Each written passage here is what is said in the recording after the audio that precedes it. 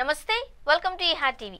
గత ఏడాది జరిగిన సార్వత్రిక ఎన్నికల ఫలితాల అనంతరం వైసీపీ నేతలు మరింత ఫ్రస్ట్రేషన్లోకి వెళ్లిపోయారు అని టీడీపీ నేతలు నిత్యం ఆరోపిస్తూ ఉంటారు। దానిని నిజం చేస్తున్నట్లుగా తాజాగా చిన్నపిల్లాడిపైన వైసీపీ నేతలు వికృత చేష్టలకు పాల్పడ్డారు।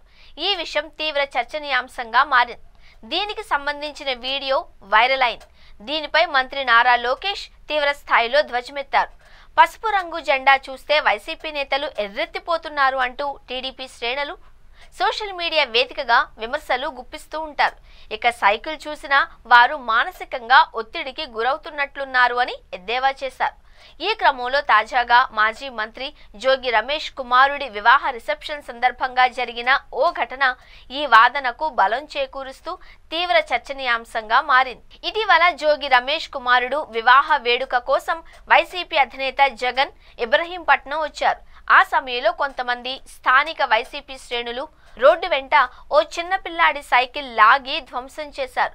దీన్ని టీడీపీ మద్దతుదారులను రెచ్చగొట్టే చర్యగా పలువురు అభివర్ణిస్తున్నారు।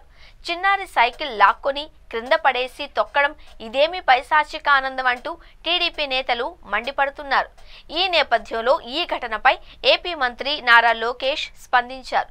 ఇందులో భాగంగా అబ్బే వాళ్ళేమీ మారలేదు, వాళ్ళేమీ మారరు కూడా అని మొదలుపెట్టిన లోకేష్ ఏ ముహూర్తాన సైకో అని పెట్టామో కానీ ఆ పేరును సార్థకం చేసుకోవడానికి నిరంతరం పనిచేస్తూనే ఉంటారు।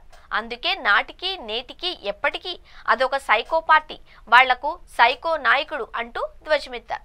ఇదే సమయంలో ప్రజలు బుద్ధి చెప్పినా వారు వాళ్ళ ఆలోచనలను చిన్నపిల్లాడి చేతిలో నుంచి సైకిల్ లాక్కొని దాన్ని తొక్కుతూ వెరగొట్టుతూ వాళ్ళు చేస్తున్న వికృత చేష్టలను సమాజం మరింతగా అర్థం చేసుకోవాలి అని రాస్తూ ఈ వీడియోను ఎక్స్ వేదికగా పోస్టు చేశారు।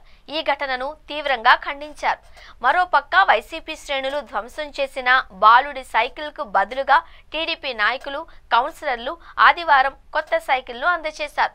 ఈ సందర్భంగా వైసీపీ నాయకులపై చర్యలు తీసుకోవాలి అని డిమాండ్ చేశారు।